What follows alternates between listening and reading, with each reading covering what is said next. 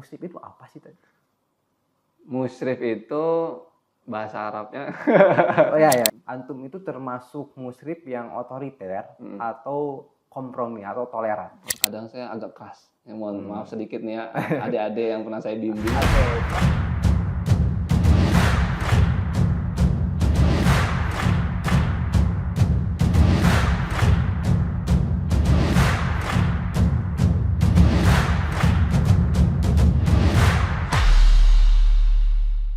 Assalamualaikum warahmatullahi wabarakatuh. Alhamdulillah ketemu lagi bersama saya Rizky di channel Cinta Quran Center di program Ruang Mas Santri. Alhamdulillah kali ini kita kedatangan tamu spesial kita. Beliau ini adalah salah satu orang yang berperan penting dalam keberhasilan Mas Santri Cinta Quran Center. Amin. Siapa lagi kalau beliau adalah Ustadz kita semua, Ustadz Sahid Insan Madani. Assalamualaikum warahmatullahi wabarakatuh. Insyaallah. Gimana kabarnya, Tad? Alhamdulillah. Alhamdulillah. Antum normal day is good. Asik. Luar biasa Ustadz kita ini ya, sangat humble sekali. Oke, Tad, antum ini sebelumnya pernah mondok atau belum sih? Alhamdulillah saya sejak lulus SD itu saya udah mondok. Lulus SD langsung mondok? Sampai saat ini bahkan mondok juga. Gak bosan ya masih hidup di lingkungan pondok. Karena gini Mas, Mas Rizky ya, Mas Rizky. Boleh Mas. Mas Ustadz Rizky nih, Ustadz kita terbaru nih. Kakak boleh, tapi Kakak Mas Rizky, aja lah, Mas aja. Selama saya di pondok, itu saya akhirnya dulu mungkin saya terlalu terlalu sombong seakan-akan saya menjaga pondok. Oke. Nah, bentuk penjaganya gimana tuh? Ya tadi ngatur santri, kemudian. Itu pas lagi mondok? Iya. Jadi santri gitu? Iya. Kan waktu itu saya jadi ketua OSIS ya. Oke. Jadi ketua OSIS. Itu saya tuh merasa di situ menjaga pondok. Setelah saya lulus saya baru sadar ternyata saya salah. Ternyata pondok lah yang menjaga saya. Asik.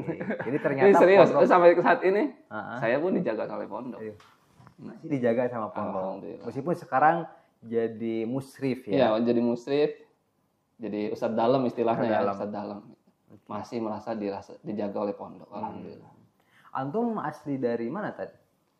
Saya aslinya itu di Jakarta. Orang tua tuh janda istilahnya. Janda? Janda, Jawa Sunda. Jawa Sunda. Okay. Jadi orang tua saya Sunda. Siapa yang bapak saya? Bapak Sunda. Ibu saya Jawa. Oh, ibu Jawa. Dan saya keduanya lah. Kelahiran keduanya itu.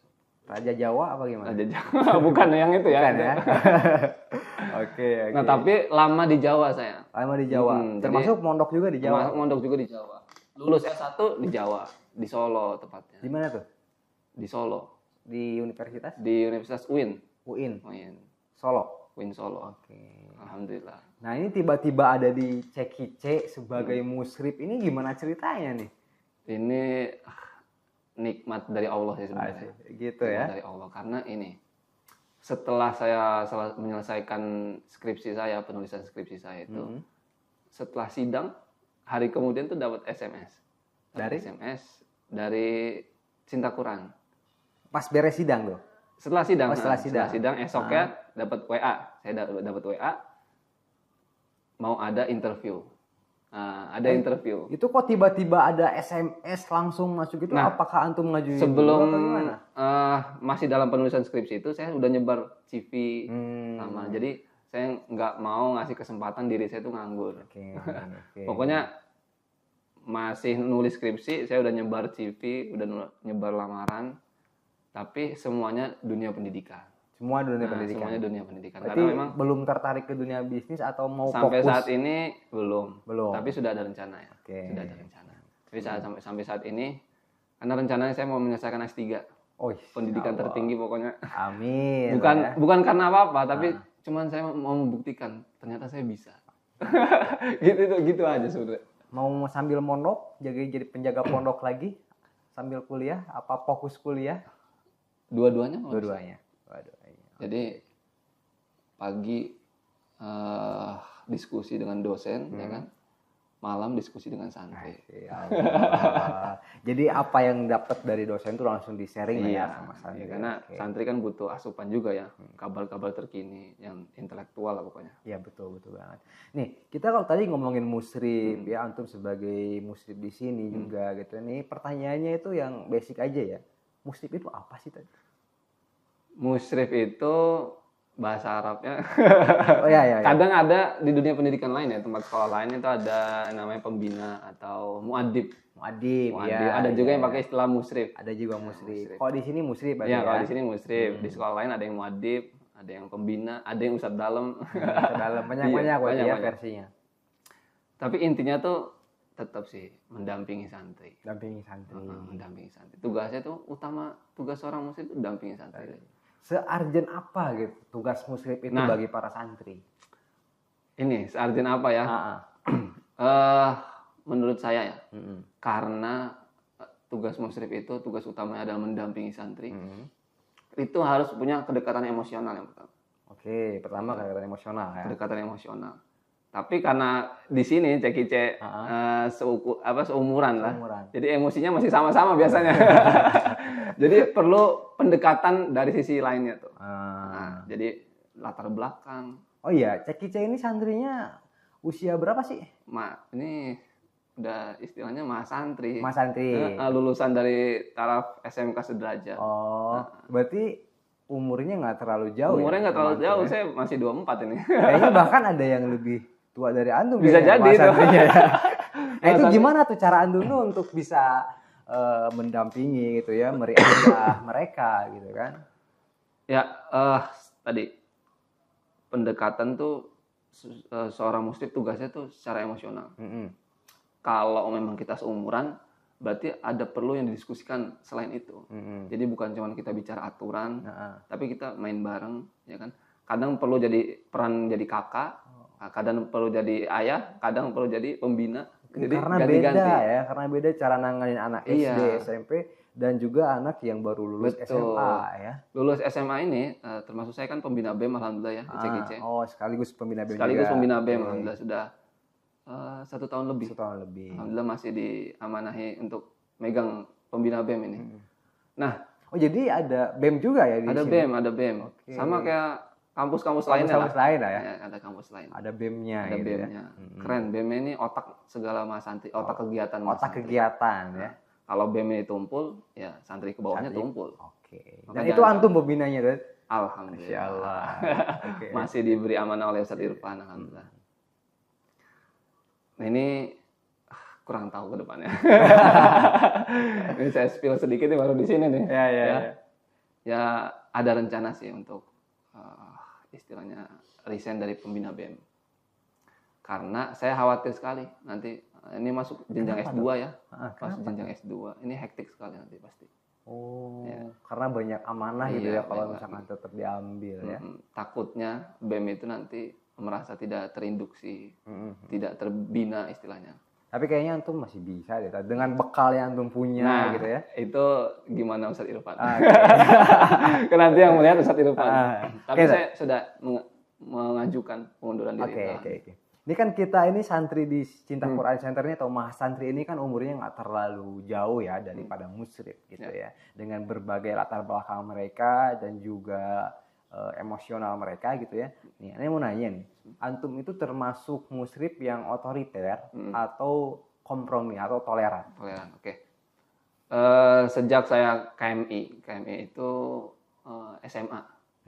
Jadi saya sudah dibekali oleh Ustadz Amir, namanya Ustadz Amir. Ustadz Amir itu saya coba kamu belajar cara memimpin. Cara memimpin. Berarti udah mulai dari Udah SMA. mulai dari 2 KMI. 2 KMI saya SMA itu, 2 SMA istilahnya. Karena saya waktu itu ditugasin jadi ketua OSIS. Oh iya, tadi ya ketua OSIS. ya. Saya ketua OSIS alhamdulillah menjabat 2 tahun. 2 tahun. Nah, itu saya diminta Ustadz Amir untuk belajar cara memimpin. Nah, saya pelajari banyak hal. Seingat saya ya ada 11 cara memimpin. 11 ya? Cara model memimpin itu ada 11. Salah satunya otoriter. Satunya otoriter. Partisipatif atau yang biasa kita demokrasi. Kalau antum lebih tipikal yang mana nih? Saya kadang memposisikan campur-campur. Oh, campur-campur. Iya. Kalau saya lagi sedang ada di menginstruksikan ya. Misalnya ada arahan dari idaroh.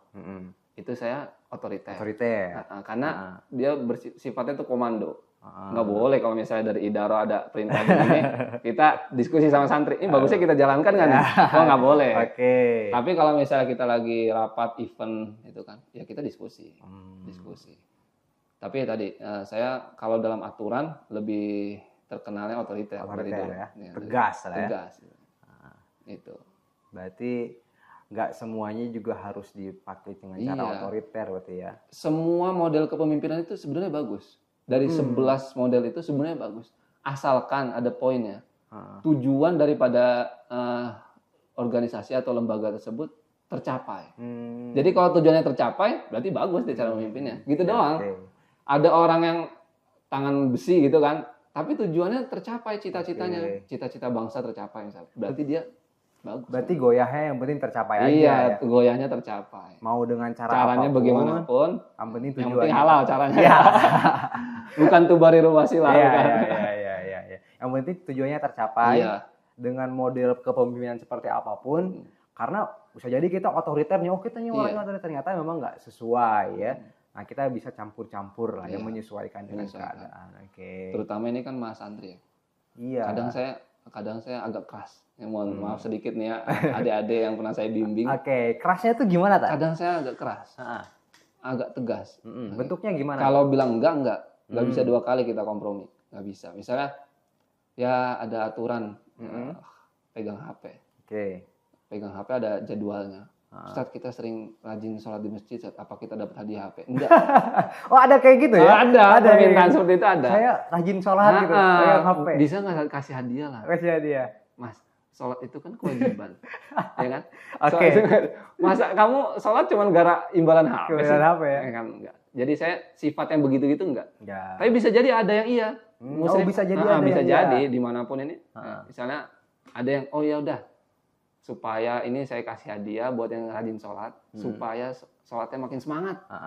Nah itu beda ya, beda model saya. Tapi kalau saya tidak. Tidak. Nggak bisa kita toleran kayak gitu. Ya bisa, dampaknya bisa gede sih. Iri-irian lah. Iya betul sih. Atau salah niat. Kalau itu kan tadi ya, antum kan nggak memberikan reward untuk tadi orang yang dalam keadaan seperti itu. Gitu. Nah kalau antum tuh cenderung untuk bisa ngasih reward itu dalam bentuk si santri ini melakukan apa, terus antum kasih reward gitu. Atau antum justru orang yang tidak pernah memberi reward gitu. Nah ini bagus nih pertanyaannya. Saya itu coba bisa ditanya nanti ke adik-adik mas santri nih ya. Ustaz, saya itu senang muji nggak sih? Jawabannya pasti enggak. Enggak. Saya itu enggak senang muji. Kenapa? Karena kalau yang dilakukan standar-standar gimana? Apa yang mau saya puji? Misalnya tugas presiden itu membangun tol. Terus kita puji, oh ini karyanya sudah bangun tol di sana sini. Lah itu padahal tugas dia. Iya, itu kewajibannya. Kecuali kalau misalnya ekonomi sekian meningkat, sejahtera sampai jadi negara gitu maju gitu. Itu kan berarti ada kelebihan. Baru kita puji. Iya, baru dipuji. Kalau ada sesuatu BEM yang dia melakukan tugasnya lebih daripada yang ditugaskan, baru saya puji. Wah keren mas kamu, bagus nih antum berbakat di sini, gitu misalnya. Tapi kalau enggak. Misalnya lugoh bahasa Arab jadi jalan ya, lugoh jadi jalan lancar setiap hari misalnya, atau di hari-hari tertentu jadi jalan lancar. Itu nggak akan saya puji, karena itu tugasnya kisem bahasa. Betul. Berarti nggak muji ini bukan karena nggak diapresiasi. Bukan nggak diapresiasi sama sekali, bukan. Tapi kalau ada orang yang dia melakukan tugas lebih daripada yang ditugaskan, itu baru saya puji. Cuma untuk punya standar tertentu untuk bisa itu. Supaya kita jual mahal dong. Iya, betul. Menarik nih. Ini kalau misalkan ini santri kan macam-macam tadi ya modelannya ya, apalagi kan tadi umurnya nggak terlalu jauh lah sama kita nih. Biasanya tuh apa yang nggak bisa antum tolerir gitu terkait dengan kesalahan atau pelanggaran santri? Kalau misalnya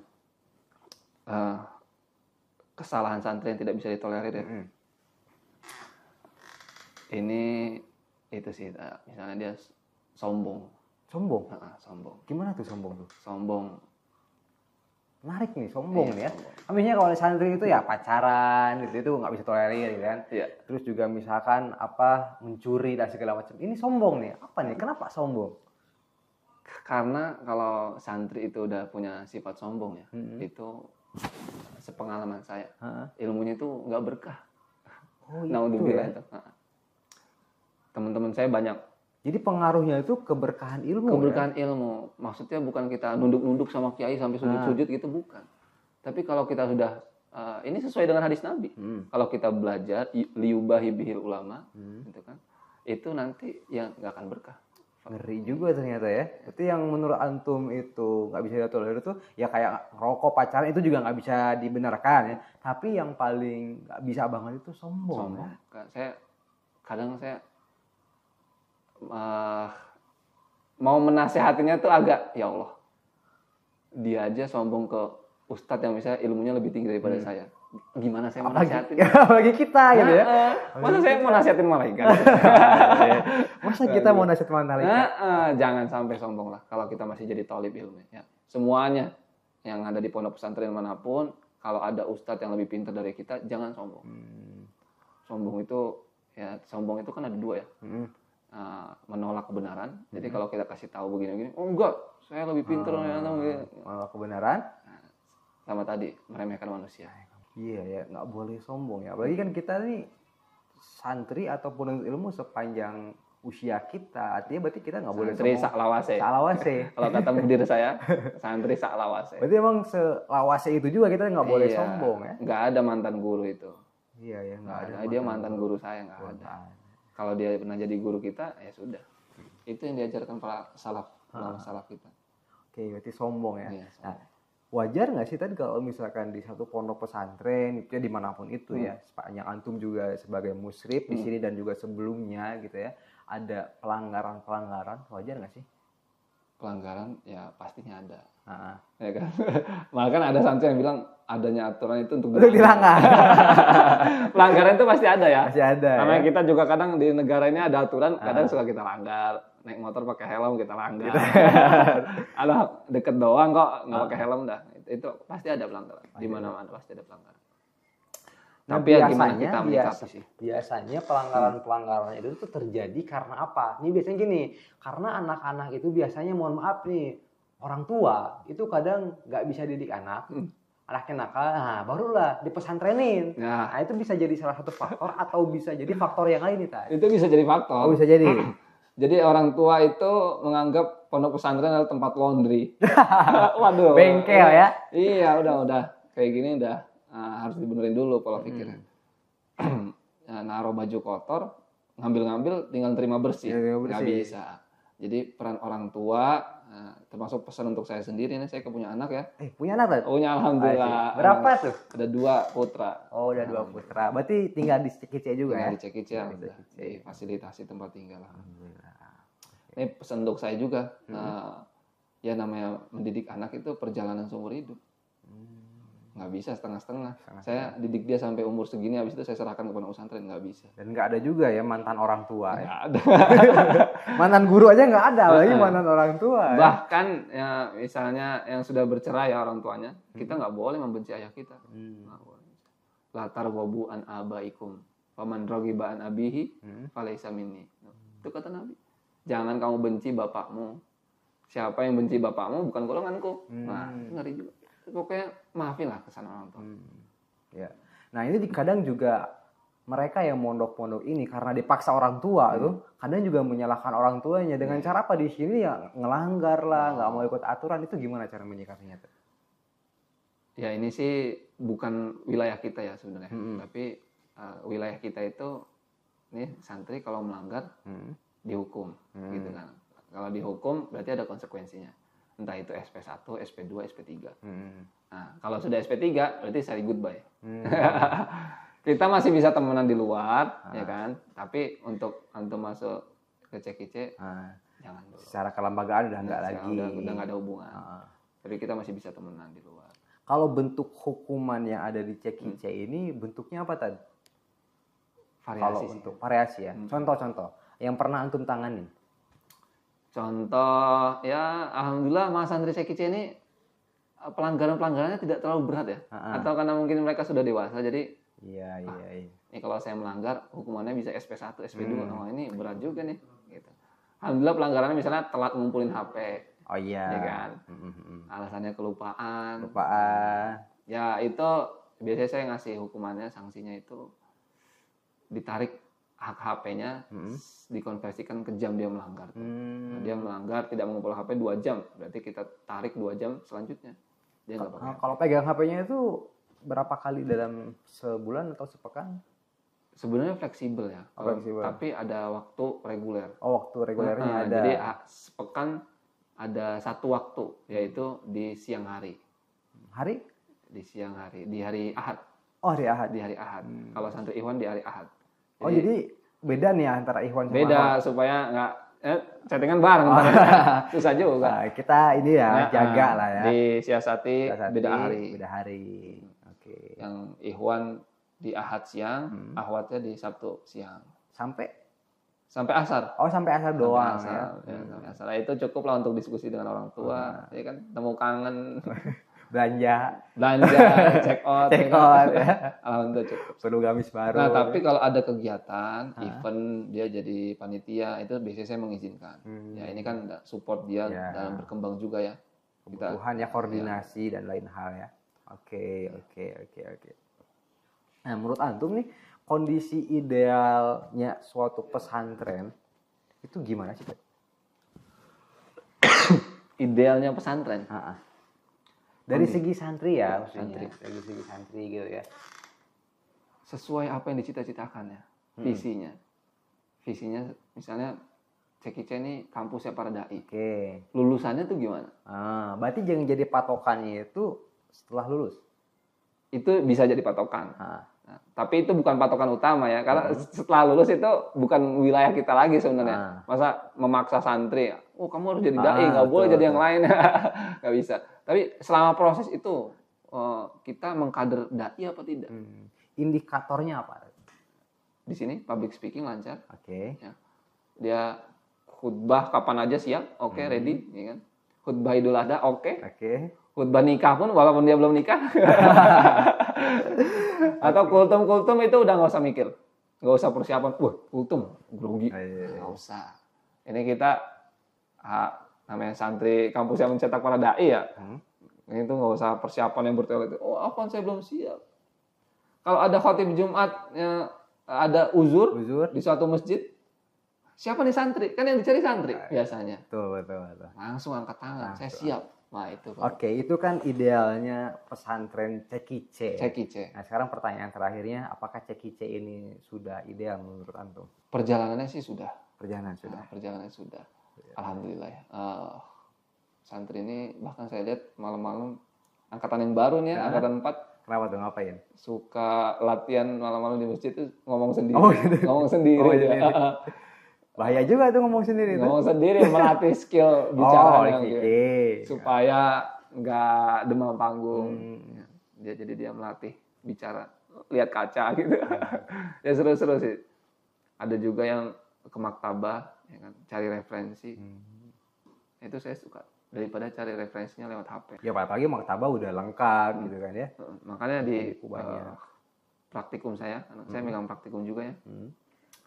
Di praktikum tahfidz itu saya sisipkan lebih sedikit. Apa tuh? Yaitu hafalan hadis. Oh, ada hafalan hadisnya? Hadis. Di praktikum tahfidz? Praktikum tahfidz yang anak ampuh. Yang saya ampuh itu saya sisipkan hadis. Luar biasa ternyata. Excitednya mereka itu luar biasa. Saya kira bahkan sulit. Saya kira wah ini bakal sulit nih. Karena tambahan. Iya, karena tambahan sifatnya. Ternyata kalau kita ngasih pendekatan yang benar, mereka jadi excited. Iya, jadi semangat. Hasilnya gimana? Hasilnya percaya nggak? Ada yang sudah hafal Umdatul Ahkam. Berapa hadis tuh? Umdatul Ahkam itu sekitar ratusan hadis. Wih, serius? Seriusan? Itu program tambahan kan? Umdatul Ahkam itu mukhtasar, ringkasan daripada kitab Bulughul Maram. Bulughul Maram itu kan ada ribuan ya. Itu diringkas dari Umdatul Ahkam. Itu program tambahan dari saya. Yang pertama saya hafal hadis Arba'in. Standarnya Arba'in. Arba'in Nawawi. Itu masih nyoba-nyoba Arba'in Nawawi. Tapi lulus ternyata banyak yang lulus. Alhamdulillah banyak yang lulus dari al hadisul awal sampai rawahu. Alhamdulillah. sudah lulus, diuji satu kitab. Diuji satu kitab, setelah itu baru naik ke Situn An-Nafi'ah. Situn An-Nafi'ah ini mungkin belum populer ya. Ini kalangan teman-teman asatidz saya. Situn An-Nafi'ah. Itu dari pondok. Jadi dari pondok, teman-teman asatidz saya, beliau ingin, ini kan ada arba'in nih, tambah supaya 100. Jadi situn, ditambah 60 hadis lagi. Jadi lengkap 100. Nah, setelah situn, nah itu saya pindah ke Umdatul Ahkam. Naik grade-nya ke Umdatul Ahkam. Ada yang sudah selesai Umdatul Ahkam. Luar biasa ini.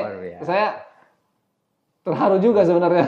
Excited juga ya. Iya, terharu juga ternyata ada yang bisa selesai ke Umdatul Ahkam ya.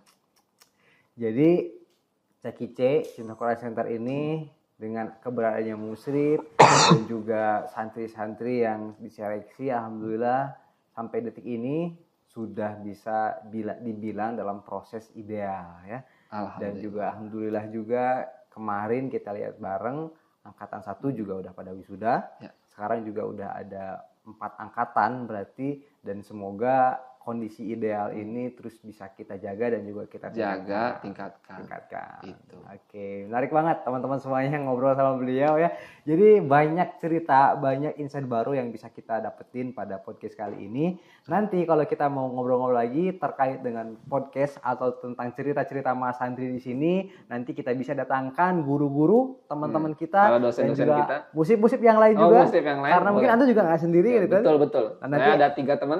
Ajak nanti ada 4 sekarang. Alhamdulillah. Oke, ketemu lagi bersama kita di Rumah Ruang Mas Santri. Assalamualaikum warahmatullahi wabarakatuh. Waalaikumsalam warahmatullahi wabarakatuh. Sip.